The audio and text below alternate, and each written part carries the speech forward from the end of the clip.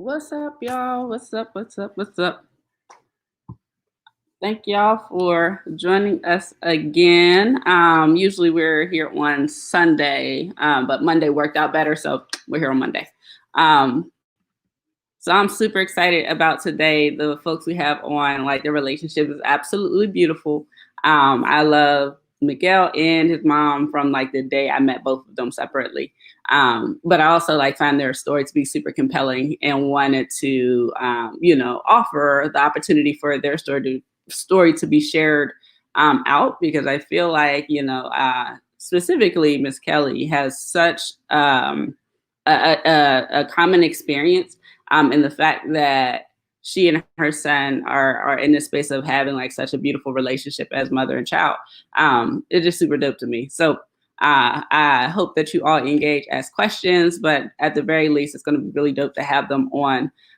Before we get started, I wanted to remind you all, did you know that it only takes about 25% of a community to create social change? So when we see like viral movements or whatever, and it looks like it like pow came out of nowhere, it didn't come out of nowhere. Like it takes a lot of work to get to that point, but it's like around that 25% mark, that 25% buy-in mark is when like, that big shift happens. So, and I just say that, and I try to say that just to remind us that it doesn't take a lot for us to make change. There's a lot going on in the world right now. There's a lot of things that's happening locally in the Pittsburgh area, greater Pittsburgh area, that can seem really damning, can seem really overwhelming. Things seem bigger than what they are, but there's more of us than there is the issues. So it only takes about 25% of us. So if the issue is something happening on the north side, it only takes about 25% of the north side to shift that on its head. So just keep that in mind. I also want to make sure that I'm uplifting Leroy Powell. Leroy is, who we do these podcasts, How the Narrative of Justice Was Found, like it was in honor of him. Leroy was 15 years old in 2014. He was, unfortunately, he was murdered. He was a witness in an attempted murder turned infanticide.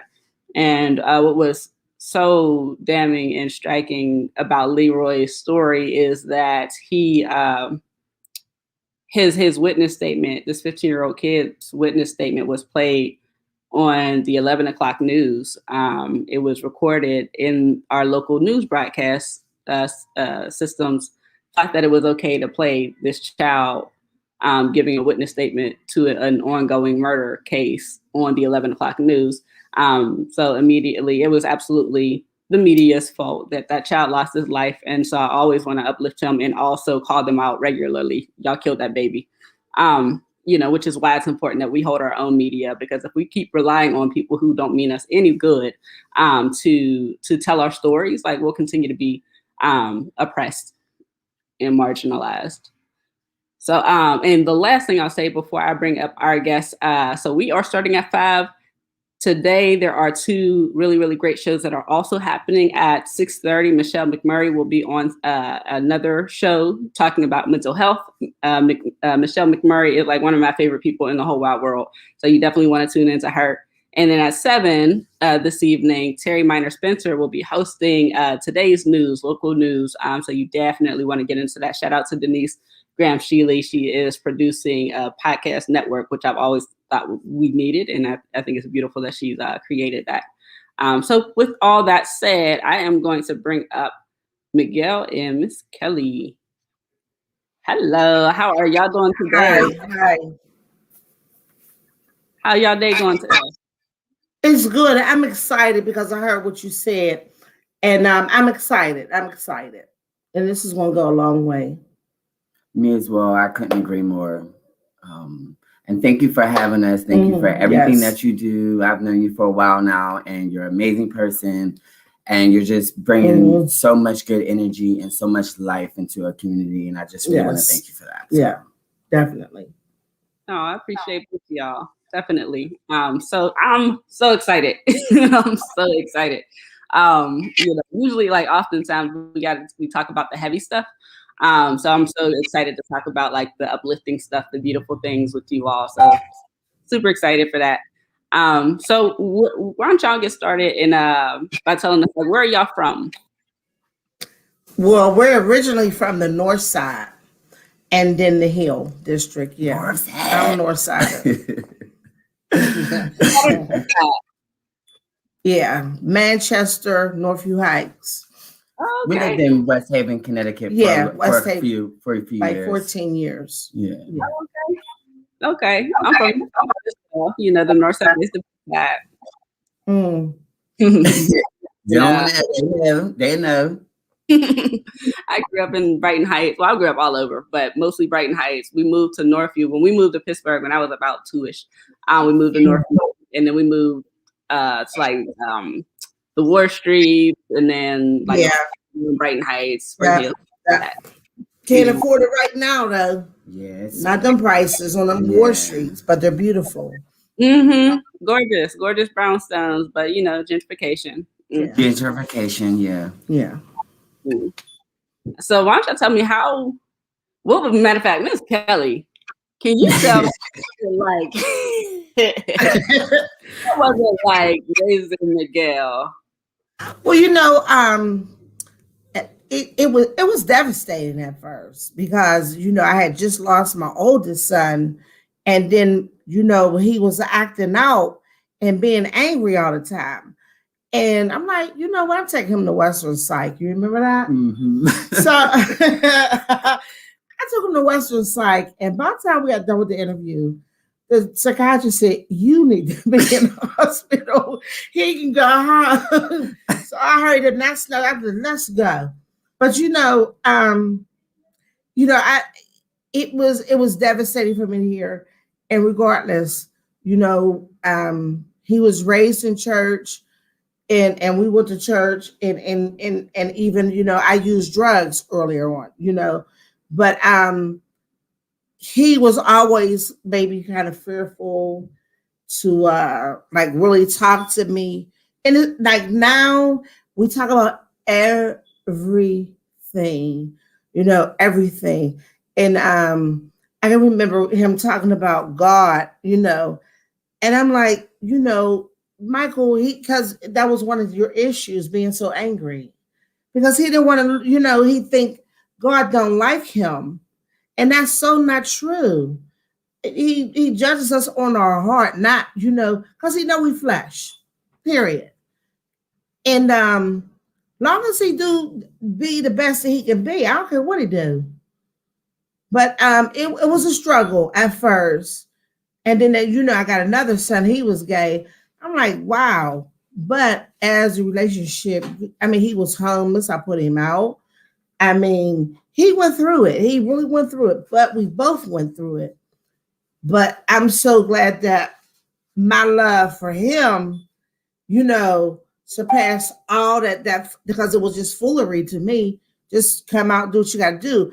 And the only thing I made them do is go to school. That's non-negotiable. Off the table, you're going to school. But it's been fun. It's been, I don't regret nothing. I don't.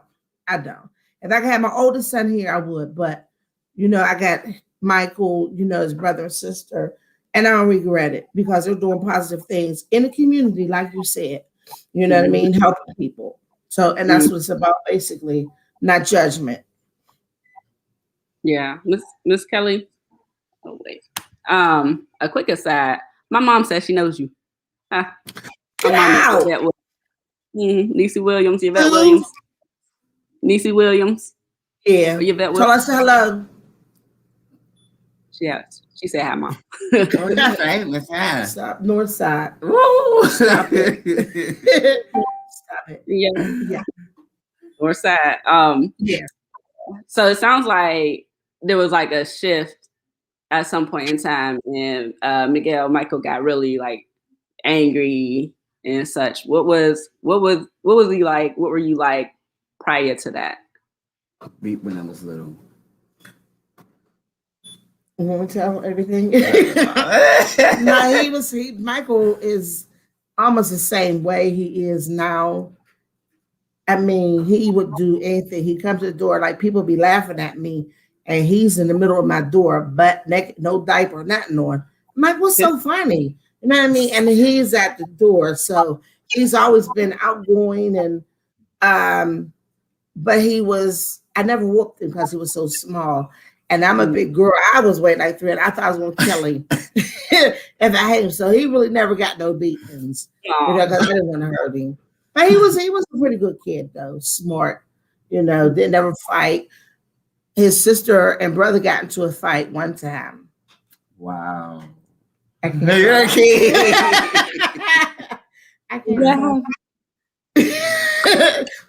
They got into a fight.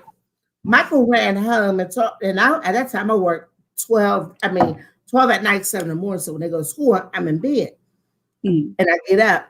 He's gonna say, Mom, Nevaeh, Monica and Richard's down the street fighting. And God told me, run home, Michael. I was a church baby. I was a church baby. Yeah. So that was funny. I said, you know what? God better tell you better go right on back down there and get my I did learn how to fight that thing. That's pretty funny. Better than me. Me and my brothers used to fight. It was World War III in the house all the time. We had to learn. Yeah. We had to learn. Living in a white neighborhood, they had to. Yeah, and then living in the black neighborhoods, we always sound white to them. Yeah. So it was like we couldn't really fit in the white neighborhood. We couldn't really fit in the black neighborhood. So we always had to end up defending ourselves or fighting for some odd reason. At that time we really didn't understand it. We thought people were just being mean. But now, knowing what I know now, it's just kind of like how, it's sad, unfortunate. But yeah, that's how it was. Yeah. That's definitely real. I had to fight because my brother's mouth was slick, so he was always pissing something. You do seem like a tough cookie. Yeah, right. I don't like to fight, but I can though. I don't like to fight at all, but I definitely can. Yeah. And especially aftermath, I'd be feeling bad afterwards. Yeah. Sorry. I ain't meant to do that. Wow, I did that. Don't do that next time, please. Yeah. I asked you the first time. Yes. So Miguel, so there was like this moment in your life where like Miguel was Miguel, like happy you, and then all of a sudden there's like this anger that sounds like your mom didn't know where it was coming from, to the point where she went and sought professional help. Like, I don't know what's going on here. What was that like for you? Like what caused that shift? So for me, when I was younger, like around, I want to say 11 to about like 13, I went through a lot of changes I felt like it was a moment in my time where I knew there was something about me, but I just could not figure it out. And I went from being like emo, skater boy, I even was punk. Like I just tried different personalities and stuff like that, identities, and trying to find myself. And then when I got a little older, we moved back to Pittsburgh. It was, and things, hormones and everything is raging, and I'm like noticing things about myself, and me being growing up in church and stuff, I'm just telling myself like, this is not, like, oh my goodness, like I have to like figure this out. I need to change this. And like I even used to go on the internet and try to figure out like if there was like remedies to not feel certain ways like about the same sex.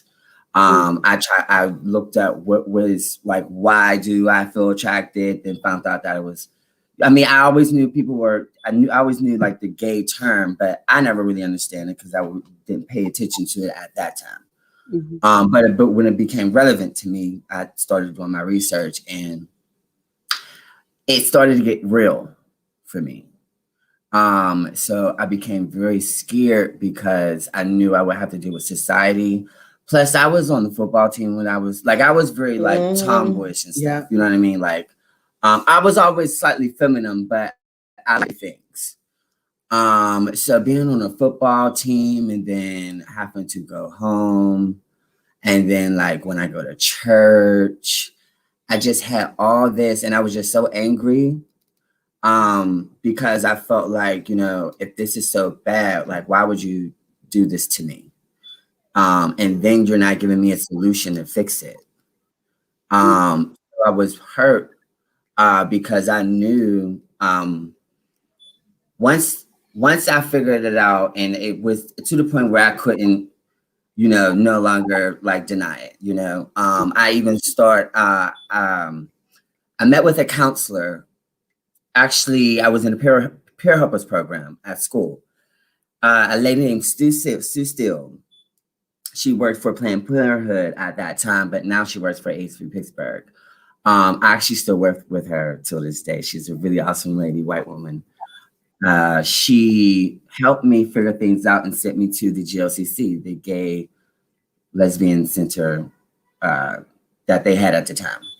So I went there, met a whole bunch of people. So I'm like, okay, this feels a little bit more comfortable, and I'm feeling a little bit happier with myself, but I'm feeling more, the more that I was able to embrace who I was, the more ashamed I became. Because I can be myself here, but here I couldn't be myself. I had to be a certain way, and I wasn't happy with that. I wanted to be who I was, but knowing that I might lose people that I care about and lose the church and become an abomination, what I did was I decided to push them away instead, because I needed to numb myself from the hurt that I knew I was going to probably endure if I just dealt with it and just be myself, but deal and endure the criticism and the bashing and having to fight every day at school and all of that. I decided that I'm going to be an angry little kid, be mean and nasty to everybody, because that's the way I defended myself. That was my armor of God at the time. And it was my defense mechanism. And that was the only way I knew how to protect myself, especially, being out there in the streets and having to. And one thing about me, I am, like my mom said in the beginning, she always instilled in us education was always key, because education was my salvation. I knew if I finished and got my education, I knew I would be saved. And I did finish my education. I ended up dropping out of high school. I went to Job Corps. I got my diploma. I got my CNA license, got my first crib, and went about my business. You know what I mean? But I still didn't give myself time to really heal and deal with all of that with family. And I was in and out. I didn't completely just run away and not be home and check on my mom. Like, we would argue and stuff like that every now and then or whatever. But, I couldn't stay for more than 3 days. I had to go no, she's starting to get too much. Really, girl. That is so true. That is so true.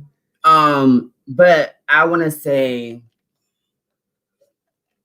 I really want to point this out, that the way I got through it with the relationship with my mom, as I got older, and I'm a part of the ballroom scene. So in the ballroom scene, there's mothers and there's fathers and there's the children. So I was actually mother of a house, actually mother Pennsylvania. So I had multiple chapters in Philly, Pittsburgh. So I had to deal with a lot of children. But I was really close, obviously, with the children that I had here in Pittsburgh. So raising them, I almost felt like I was in the shoes of my mother, because it was really that these are kids that, like me, were shunned away or didn't have a family because of who they were. And in the ballroom scene, you found that you were raised under a family, you know, the House of Quran or whatever, so on and so forth. That became your real family. So you raise your kids like a real parent. So I made sure my kids were going to school. They were just doing on point. Like we would go out of town to balls. They was not allowed to go out of town to a ball or go to a ball period in Pittsburgh unless the grades was up. Their mom, if they were a little younger, I had to get permission because I become liable. You know what I mean? And if anything happens to you, it's on me. They started to get a little older and started acting a little, you know, feeling themselves and doing some things that I really wasn't okay for. Me being older than them and going through the things that I went through and just seeing the whole situation with my kids, it kind of dawned on me. My mom was the way she was is because she was here before me. She's seen some things that I had not seen yet. You know, she was scared, just like I was scared. And sometimes our defense mechanisms or our approaches are a lot different, especially when you don't know any better. Me coming out as gay, my mom don't know nothing. Like, this is our first time having a gay child. It's not like she had experience having one, you know. Seeing the things that happened back in her day, you know, people were being murdered and, I mean, brutally murdered. And, you know, to think that something so horrific can happen to your child, sometimes it's easier to maybe not deal with it as the same way I felt, the way why I push her away. So the same way you said that you pushed away the church, you pushed away your family and your community because it sounded like the fear that like that abandonment was going to come, like when they knew who you were. And it's like mom very similarly pushed you away in a way because this is, or pushed away the idea that my son is about to deal with this because it was hard to face that this might be his reality. And in ways like this is going to be his reality because that's just what it is. Is that what it was? What I'm hearing? Yes. Yeah. So I just really felt like, you know. And wait a minute, let me just say this. And I think like he did more harm to himself than anybody that he thought was going to condemn him. You know what I mean? Because there's not one person in this family, in his whole family, that shuns you. You know what I mean? But he didn't feel like that. So I felt like he was, you know, before mom do it, they do it, then I'ma just do it to myself. Because it's just easier for me to do it to myself. It's more painful for somebody to do it to you. Right. Because my family, you know, when I came around, you know, we had talks and stuff, and that was, you know, they was, you know, I don't even know why you even felt like that type vibes, you know. And I didn't give them a chance. I will be honest, I didn't give my family a chance to have the opportunity to express that to me. It was I only really dealt with my mom when it came to this, and to be honest, that was the only approval that really mattered to me. You know, my mom's approval. Like if my mom didn't love me, I don't care about anybody else loving me. Like that was, she's the only one the only love that I want, you know. And I have to, for me to live, I need my mom's love. You know what I mean? So if I can't, you know what I mean? It was, yeah. That's scary though, right? Yeah. That's super scary because it's like, you know, like you don't know what the response is going to be. And like, you know, the stakes are super, super high. It's like, you know, like I can tell my mom this and love and embrace me, fight it through, or she can reject me. That's a lot, you know. You know, and even though like that wasn't the reality for your family, which is beautiful, like which is I'm so excited about y'all because it's not that, you know. And even when it was hard and scary for all of y'all, it's still like that love, but we're family though, you know. So but, go ahead. Were you? I just want to say it's important when it comes to these type of concerns and issues is that we have to get over our fears, because I just feel like, me and mom, we're so awesome, but just at that time, instead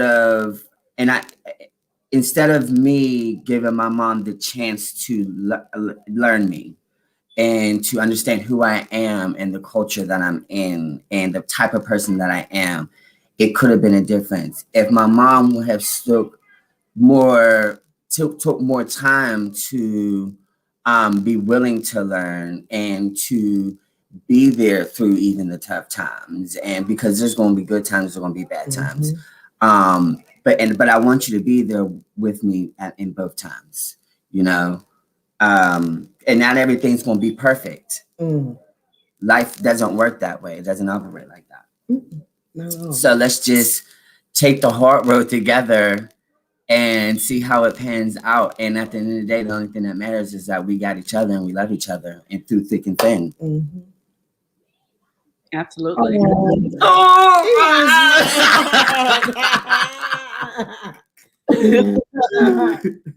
So Miguel, when did you officially like come out? Like, did you like say like, did you come out like, Mom, I'm gay, or was it?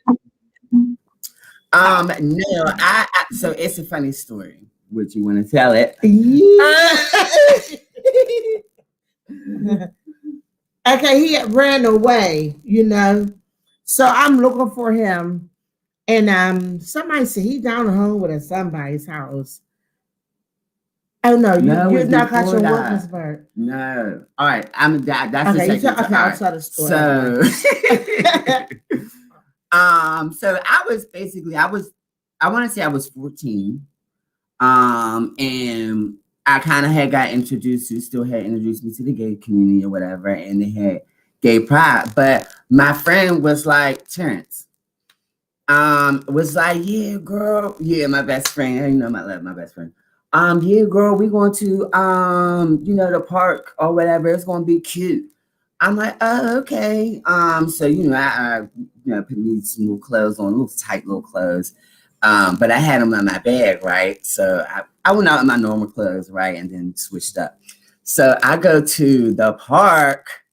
Why is it gay pride? I was so mad at them. So there was friends of the family there. There was like people I knew, and I got these tight clothes on. Child, it was a mess. I think I was even feeling myself. I had me a cute little family wine going on. I was doing too much, way too much. I was doing too much. So I got caught, and then the friends of the family told Rashonda and my older brother Andre, and they told my mom. So I came in the house, everybody's looking at me. So I'm walking all slow. I go in the back. Everybody, I think the first thing my brother, it's funny now, but my brother won't be like, so you a faggot now? You remember? So what you a fag? You down pride with the tambourines with the girls?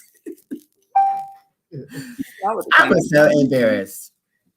But I mean, and then that's when I ran away, and then that's when I was staying with my girlfriend Peaches, in Homewood, and then she came and got me trying to act a fool, but I came home for a little while. Yeah, but no, I remember what you're saying now, but when you and that he was walking around the corner. And he had that wig and that whole full mustache. I'm like, what the? Oh, wait.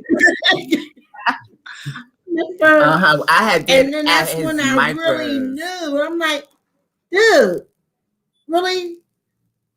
With your friend? Oh yeah. Oh, and he had to. I mean, the hair was short, but then when he had all this, I'm like, Michael, if you don't get out right now, I will hurt you. I was so mad. Yeah.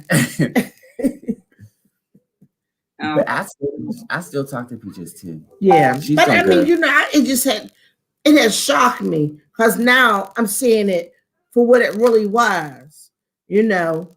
But it shocked me, threw me off guard. I'm like, what? Are you kidding me? Yeah, so mom, on your answer, so that was Miguel's lens, Miguel's experience. Yeah. What was on your side of that same coin? Like, what did it feel like? What did it look like? Let's say when your oldest son, came home and said, just saw Michael at Pride. What was going through your mind? What was going like? Did you already know? Did you have suspicions, or was it like? Like what? Well, me, I'm a type of person. I don't like to get angry because if I have to get angry, it's not good. So me, I just laugh it off. You know what I mean? Like, go ahead, boy, stop crying with me. You know what I mean? No, mom, for real. And I'm like, okay, well, we're gonna sit up and we're gonna wait for him to come home. You know, and I don't think I was either mad or upset. And I've always told them from little kids, the worst thing you can do to me is lie to me. We can fix the truth, can't fix a lie. Remember, you all, yeah. So don't lie to me. And I think I was more hurt about him deceiving me, just suppose him coming to talk to me. I mean, I still might not have been okay with it then, not because of who he wants to be, but age appropriateness. You know, I'm not just gonna let you out there, 14-year-old kid, and you're out there like that. No. Because even a girl should not be focused on being at the Pride at that age. You know what I mean? So let's run that in. Come on. You know what I mean? But when they went to Job Corps, they did what they were supposed to do. And like you see, got his own place. Hey, do you? Mm-hmm. Can't really say much. Like no, but I mean, I think I was devastated more to the part when we went to the hospital. You know what I mean? And because he was just so angry, and I'm like, Michael, I work every day. You got what you want. Nothing's going on in here, dude. What's wrong? And just suck his thumb and just slap somebody on the way out the door, or between my daughter and my son. You know what I mean? He was good for that too. So yeah. Oh, yeah. I had some anger issues I needed to work out. But you know what? I feel like that's so common though with kids, like when they're coming into themselves. I definitely my own time where I was like, I just didn't know what was going on. I was mad at everybody. Like, I don't know what you did, and I'm mad at you did it. And that's self-discovery and not having that voice. So to that, like, Miguel, I feel like you had like the language to, like, beyond like the fear of like what the reaction is, but did you feel like, or do you feel like you had the language to say like, this is what I'm going through, this is what I need you to grow with me through this? Like, was that like you had or understood at the time? At the time, to be honest, I didn't, because I was a little ashamed. I was embarrassed a little bit. And I didn't want it to be real in a way, because I knew once it became really, really, really real, I mean, it was already real at this point, you know what I mean? By the time it got to that point or whatever, but still talking about it, just still put it in a reality form that I wasn't comfortable with yet. Because I was still in fear of, my mom not loving me. Of course my mom loves me, but it was just a thing for me. And then, I've even had friends, real good friends, that I lost because I told them, they ended up finding out. So just seeing people leaving me, like one by one, it was just like, all I really wanted to do was talk to my, because before, when I was younger, we talked about everything for real. Like how we talk, everything now, like the communication kind of stopped once the sexuality came into play. Mm-hmm. Once the sexuality came into play, it was like the cut communication. And I just didn't know what to say to her, you know, for her to understand, because it was like, how can I make her understand for real, and I don't really understand all like that, you know. I feel like you still, like, still to this day, I'm still learning stuff about myself, you know, especially when it comes to sexuality, you know. Then they have all these different terms of sexualities now, you know, pansexual, bisexual, gay, lesbian, like there's so many different sexualities. So I don't know, I just went through some, you know, some stages and had to learn myself. Then once I did that more, I was able to communicate better with her. And I don't know, she was just kind of around, so she was kind of self-taught a little bit, I feel like. Because once I start coming out, my friends start coming around, she start hearing the lingo and how the girls talk, and she's already clown town herself, so she just catches on immediately. What, Mom? You do like to go to circus? I will. Definitely, I will. Like, so yeah. For me, it just happened organically. I never really. But let me ask you, why do you put a label on it? On who you are? I don't know, because for real, when it comes to explaining, to helping someone understand you, sometimes the labels help guide them to that understanding. I don't really like labels. I'm really like against labels, but I mean, labels are important only because, you know, there are some people that just don't understand. They don't have the knowledge of, they don't have the capacity of understanding. And a lot of things, what people don't understand or know what it, you know, or uneducated about, they kind of like, well, I mean, you know, don't really like to deal with it. I wouldn't put a label on it because I'm talking to you, because it always don't have to do with your sexuality either. What don't? When you're getting to know somebody, anybody. Oh, period. Well, yeah. No. It just puts it into perspective of the type of person you are. So I'll say this, right? I went through a stage where I was bisexual. And then once I became into the gay community, because of everything was like so gay and things like that, I'm like, oh, I'm gay, you know. But as I got older, I did realize that I'm more of a pansexual. I go by off of like vibes. I find people attractive that I feel connection with. You know, energy, vibes, positivity, like, it's all very important to me. So like I said, we still learn yourself throughout time and as you get older. Yeah. And that's why, you know, labels are important, because it helps you figure out who you are as well. Yeah. Yeah, like, very, very, very damaging. But also, to your point, like having a box, like, you know, for lack of better words, to be in, like, makes it easier for people to understand, other people to understand. But also, like, I personally feel like it makes it easier to advocate on your own behalf. If that makes sense. You know, because otherwise, like, if you don't have words, it's skipping a little bit. What's it's that? Skipping a little bit. It's skipping a little bit. Okay. Can you hear me better? Can you hear me okay? Yeah. Yeah, there you go. Okay. I was saying, like, labels, like they can be really, really damaging. I think like they're a tool, but they have such potential to do a lot of damage. But on the other side of that, it does help people understand, like, you know, to make sense of things. Versus like not having a box to put things in can make it really difficult for people to kind of like understand. And sometimes people can be like things that they don't understand, right? Like, and then when you don't have something called like so I was diagnosed with unspecified bipolar disorder about 4 years ago now. Prior to that, like when I was super depressed, like I didn't have language to say, like, I am depressed and this is why. When I would tell people like I didn't even have language to say that I'm depressed. It was like, I don't know what's going on. This doesn't feel right. You know, so I couldn't advocate for myself. And even when I did try to advocate for myself, like, it wasn't validated by it. Now that I have, like, oh, this is what's going on, people pretty much understand it's all right. Like, you know, so yeah, deal with that. Oh.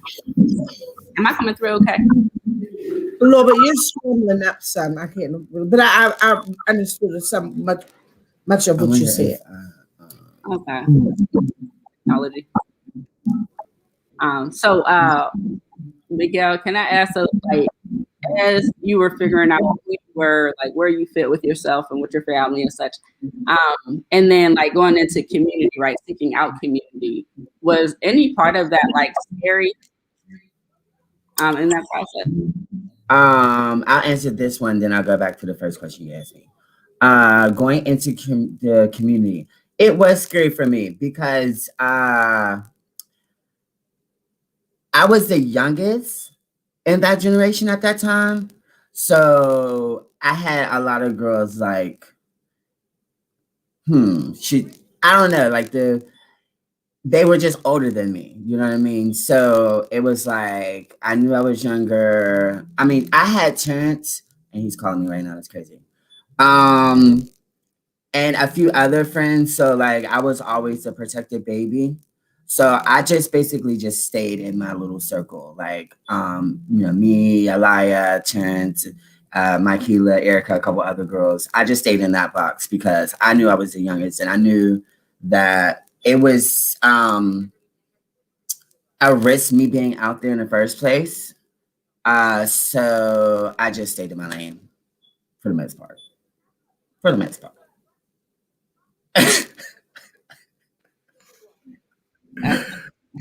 What was your question? I think that was just the question. I think I'm just long. Okay. And I asked that just because, like I know a number of folks like in their searching and seeking, especially without like a family support, like it can get very, very scary. Yeah, that's why like so when I was 14, I was introduced to the ballroom scene. So I had like a house family. And I was really blessed to have a house family that was structured. My father, Chris Infinity, my mother, Lucky La Beja, they really was on my educate, making sure like if I needed help with like homework or something, or needed a place to go to do my homework, or even shower or like study, whatever, they always was just making sure that I was doing my thing. You know what I mean? And they gave me a lot of words of encouragement that I really, really, really needed at that time. So I was lucky to have good house family leaders. I really have to say. My brothers and sisters and stuff. We even would all sit down and talk about going to school together, and a lot of us actually did. We got through our GED. Well, some people got their GED, some people got their diplomas. A lot of us went to Job Corps because we went like in a big group. Remember? Yeah. So we took up our trades. We got our diplomas and stuff, and we got our coins. And some people moved out of town. Some of us stayed. And it was up from there, I have to say. So Kelly, when did you and Michael start to click again? I mean, we don't always click now, but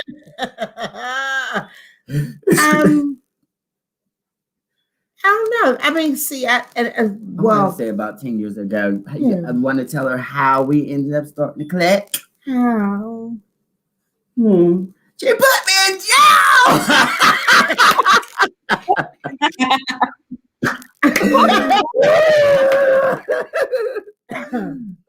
Wow. Yes. So let me tell you, are you kidding me? So right now? I had a few, because a little warrant out for my arrest because we had an argument a while back when I was 18. He broke my window. Mom, I didn't. Well, anywho. No, I did. I was a little. And the police was trying to get him down. There was 8 police, and Michael, he fighting them, and you can hear Michael saying, "Ah!" I was praising him. No, and I never forget that. But anyway, he got out and he didn't go back to court. And I'm saying, Michael, look, we got to go back. We got to handle this. And I stuck it out with him. But he happened, and Michael was, are you kidding me? Are you kidding me? We down there. Michael's like, I'm the last one, honey. I know I'm getting out. I'm like, okay, Michael. Because they was letting everyone go. Let everybody go. He was the last one. I was like, come on, let's go. Michelle Gail Bell.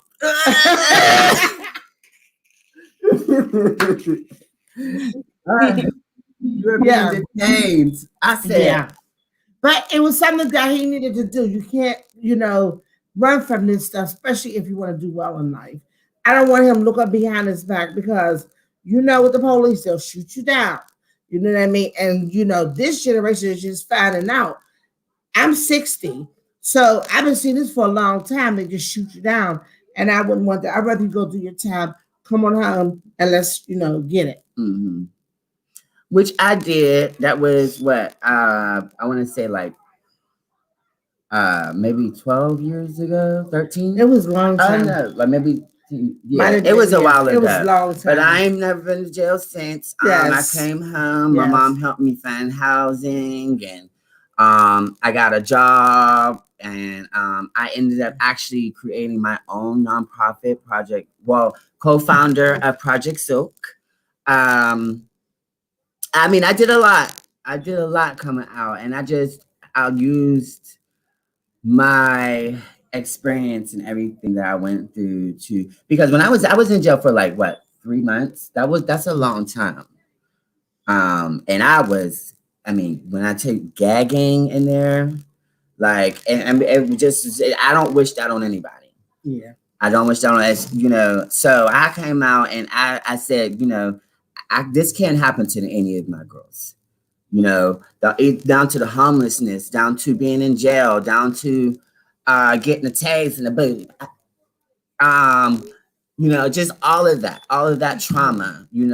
I had the voice I found my voice to use it to help avoid other people from going through that. It's a lot. It really is. It's really a lot. So, yeah. We've been talking It's so goofy. I love y'all. So speaking of Project Silk, so a lot of folks are called called to do something, especially when their experience is so profound. But you not only were called, you did it. So can you talk about when you were called, when it resonated with you that this is a need, and then I'm the one to do it, and then how did you and your co-founder go through the process of building this really great community and resource? So I actually was about 18 when I started the process. Well, me and Terrence started the process. We were literally in my mom's backyard with a notebook and a piece of paper. We both had our pencils and papers, and we're like, girl, but we can do, because we were working with the CDC. We were on the HPG committee. We were also on the young adult roundtables for Penn University. But we were just being we had all these platforms, that to our disposal. So we're like, if we write something out and present it, we can possibly get this done. We had everything mapped out, but I ended up going to jail. And the reason why let me take it back a little bit. So why we even started creating this is because back in those days, we represented less than 1% of services geared towards Black LGBTQIA people in the city of Pittsburgh. That is absolutely that's crazy. We also experienced it ourselves. We tried to get services. We were treated so horribly. At the health department, there would be times where we would be there early in the morning and they're letting white people go before us. There's times where I would sit there and literally go to an agency and watch them provide this white person a service and then deny me the same service or say there's no longer any services left. So, then the safe spaces that they had, like the GLCC, slowly but surely they kept finding, they weeded us out to where we were like no longer allowed there anymore. So we basically had to go where the August Wilson is right now. It was a parking lot. That's where we would all congregate. We would have like mini little sessions. We would vogue outside on the concrete. That's where we went to practice. And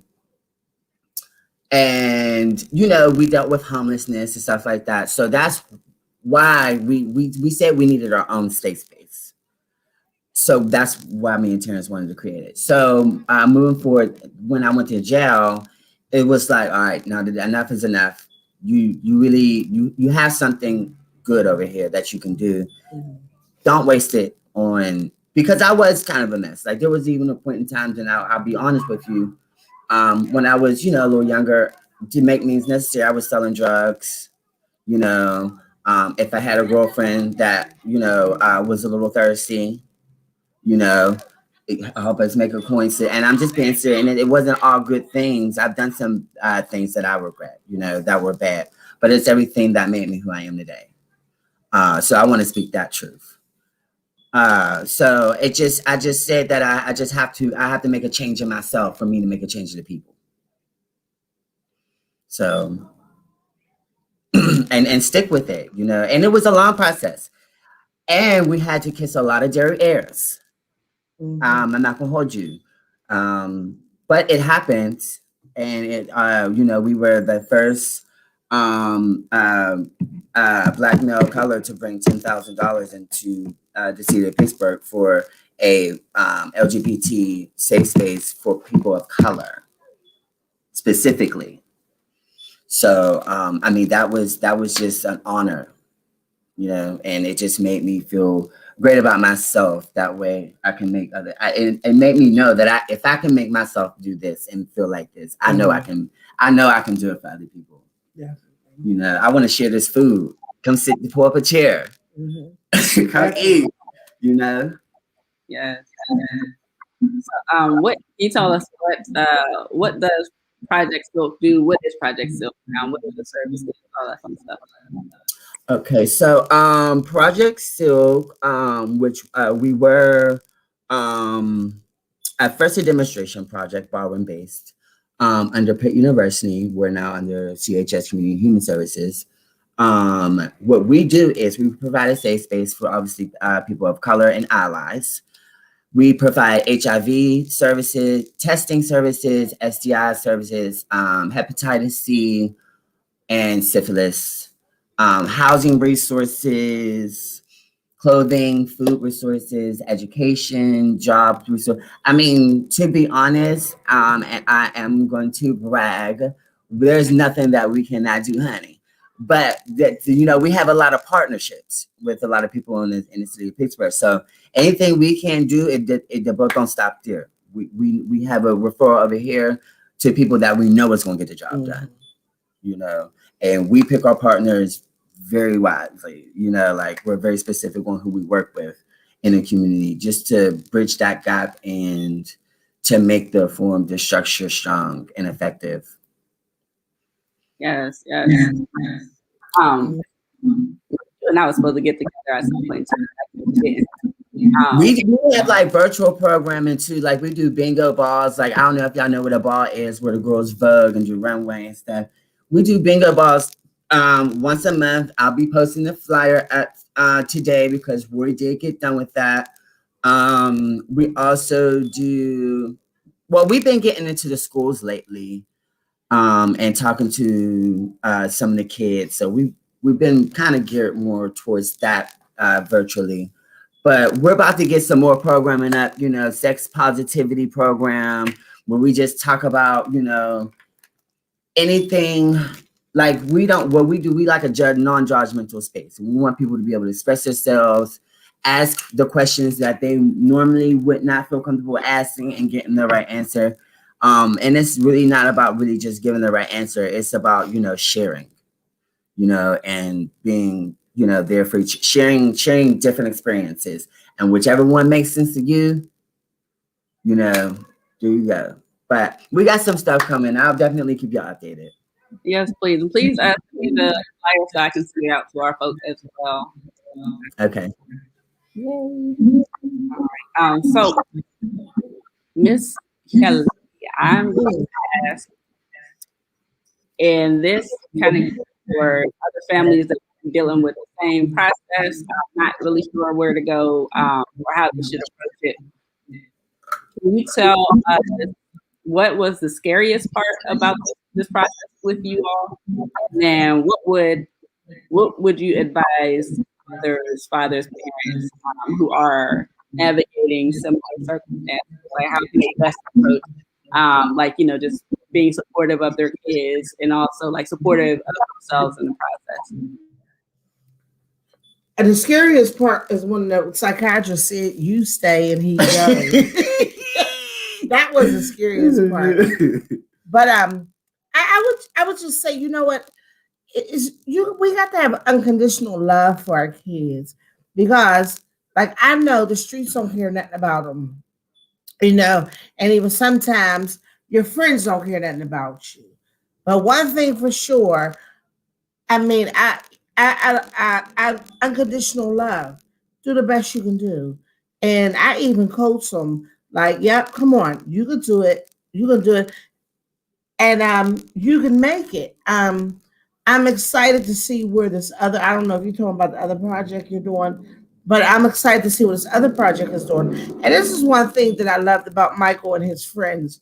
Like every year, I pass out hat and gloves to the kids, to homeless, and they help me gather hats and gloves. You know what I mean? They support me, I support them.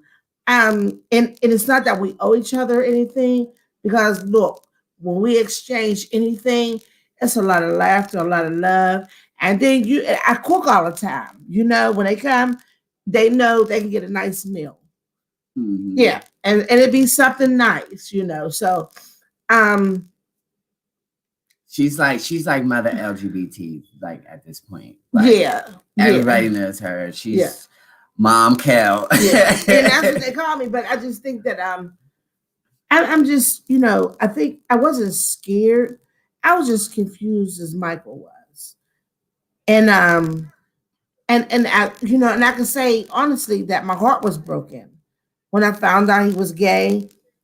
But after I got to understand a little more and even talk, I sought help. I went to therapy. And I don't know, it's that love piece for me that no matter what, I got your back. Long as you standing for the right thing. Now, they break the law, we'll call the police. Hands down. I'm not going to jump in. No, clearly. But I want the best for them, and I want them to do well. I'm their best cheerleader, and I'm going to be their best cheerleader, continue to be their best cheerleader. But I enjoy his friends. They talk about each other, and it's just like, wow, you really just said that. I mean, it's nice, so I love it. I love it. I love it. And then he'll help me put on makeup every now and then, because you know what I mean. Get me together. Mm-hmm. And she's sitting, y'all. Stop it, Michael. Don't do that. Stop, Mike. Miguel, for you, I'm trying to make sure I'm forming the question in my mind correctly, because I'm not sure if I have the words. What was the most important part about being you, authentically you? And then what did you need what is needed, like when someone is like accepting themselves, like what do they need from their family? What language do they need? What support do they need, when we're becoming ourselves? So here's the thing, like when it comes to that. A lot of times when an individual say they're being their authentically self, and they're a little flamboyant, and they might, be non-binary or where it's just a certain way, right? And then you come around your family and they make it their business to make you uncomfortable because they don't understand. It should not happen. If you just know that your family is your family and let them be their best self, their true self. You should want your family to be happy. Whoever they are, whatever makes them happy, you should want that more than anything. Because you might not understand it. I don't understand a lot of things, but I don't like judge it. If it's that interesting to me and that much of a concern, I'll educate myself about it. I'll go on Google and look it up. But it's not gonna be like, what are you? Why do you know what I mean? Like all the extra stuff. The extra stuff just unnecessary. It's immature. It's childish, and a lot of times it's because a lot of people are insecure about themselves too. But for me, I just started really loving who I was. Like, I was not sure about a lot of things for a long time. But as I just started being the better version of me, not that angry, bitter and just mad at everybody because, I feel like no one can take me or no one can understand me. And that I have to always be defensive. Mm-hmm. I put myself in a different position that was more comfortable for me. And I taught myself, I'm living my best life.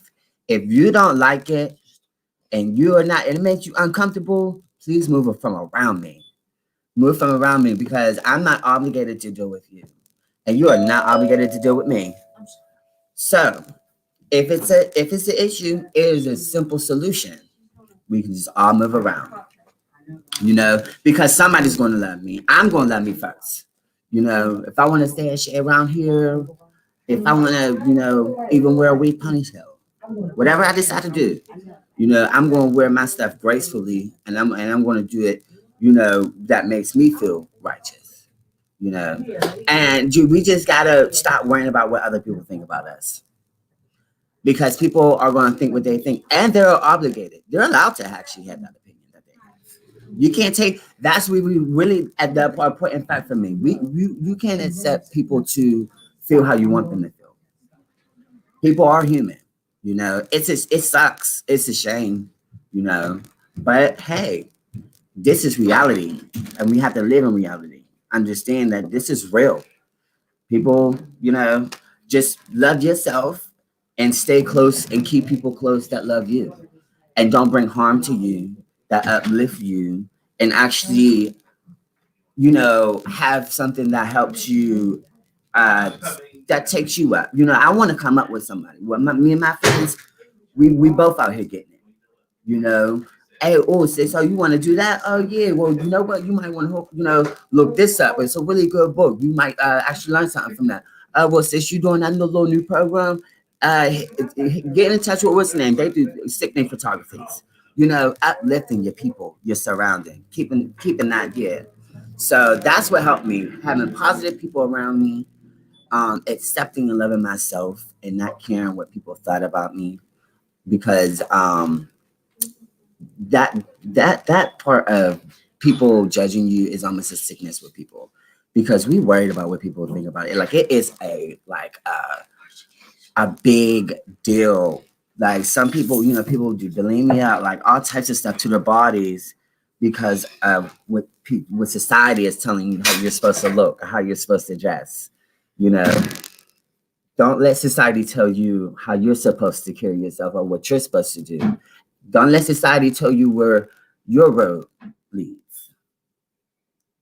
But if they're trying to help you, you have to have discernment too. I'm talking about like people social. I'm talking about negative social media. Okay, yeah. You know, like people are just doing instead of just being your authentic self and doing the things that make you happy, and not what makes society happy. Yeah. You feel me? You understand what I I'm understand what you're saying. Yeah.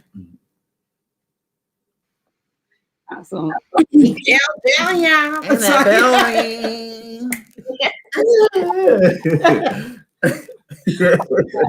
All right, y'all. So before we cut out for the day, is there anything else that y'all want to make sure that is set in the space that you can connect with folks, like folks who might be going through the same process, who might be, scared to start, going through accepting themselves, or folks who are and it's hard and they just need some love, some support, and some guidance? You know what? And I would love to say this. First of all, I want to thank you. But above anything else, and trust me, y'all, I am not holier than thou because I do some stuff. You know what I mean? But you have to find a relationship. I don't know who everybody believes in, but find somebody you can have that trust in. Because a lot of times we're going to be left alone and we don't have nobody to depend on. And you can always go to, I say, my Father, Jesus Christ, and talk to him and build your own relationship. And remember, he's not judging you on this. This outside stuff is trash. Me and him, we're trash. We're trash. But our heart is good. I mean, I try to do good every day. You know what I mean? I just don't go maliciously hurting people. But this flesh is nothing. You know what I mean? But find that person you can talk to and be honest with. It goes a long way, And don't be scared to spill your guts. And I mean, sometimes I know for me, when I'm going through something, it's like just throwing up on somebody. But I need to do that to get that out of me. Now, what you do with it is on you, but I need to get it up out of me. So always have somebody you can go to, talk to, you know what I mean? Above all else, love yourself. Yeah. I would say patience is very important. Having patience with each other. I want to say the parent and the child, and patience and understanding. Patience to learn what is presented in front of you. Opening up your eyes and letting it be reality. Let's not run away from what's real. It is what it is. Let's accept it, take it in, and figure on about what we're going to do with it in an uplifting way. Parents always uplift your children. Children always understand your parents and their perspective, and that they love you and want to see you safe. Other than that, that's basically all I guess I gotta say. Now, stay in school, behave yourselves. Yes. Education is very important. I hope if y'all took anything from this show, that education is key, because with an education, the world will become your oyster. There's nothing that you cannot do, and don't let nobody tell you that you cannot achieve your goals, or that you are limited to things. Whatever you desire your heart, go for it. Period. Yeah. Absolutely. Awesome. So thank you both so very much for taking this time out today. Like, I'm so thankful for you all and excited. I'm excited about y'all. Always have Thank you. We're honored for you to have us. Thank you. Yes, absolutely. So a reminder, Ms. Michelle will be talking about mental health at 6:30. I believe you can catch that on Denise Graham-Shealy's page. And then at 7, Terry Minor Spencer is going to be hosting today's news, and I believe that's local news in all the different rounds. That'll be at 7 today. And then a quick update. If you're unfamiliar or unaware that Allegheny County just received new rent relief So if anyone is, struggling to pay their rent, at this point, or have back rent, they've been having a difficult time, shout out to COVID. You can go to covidrentrelief.alleghenycounty.us. I'm proud of myself for remembering that. And apply straight on there. Or you can go to any of the drop-in centers, the Wellness Collective, which I am the founder of. We have a drop-in center in McKeesport. It's at 337 Fifth Avenue at the Wonder Building. It's open from 10 a.m. to 6 p.m. on most days through the week. Thursdays is 12 to 8. But Monday, every day between Monday and Friday is 10 to 6, except for Thursday, it's 12 to 8. Or you can call Action Housing and apply online or over the phone rather. So if anyone is having a hard time with rent, you can definitely apply for rent relief right now. It's a lot more accessible than the last round of rent relief, as some of us know. A lot of that money didn't go to the people. It ended up getting rerouted to the state corrections department, which is wild and trash and garbage of our government. So shout out to them being trash. And that'll be that. So that's on that, I'm going to end right there. But thank you all so much. I appreciate y'all. Miguel, I will see you around. Miss Kelly, I hope to see you soon. Yes. I appreciate y'all. I hope y'all have a beautiful Monday. Yes, you too as well. See you, Shannon. See you.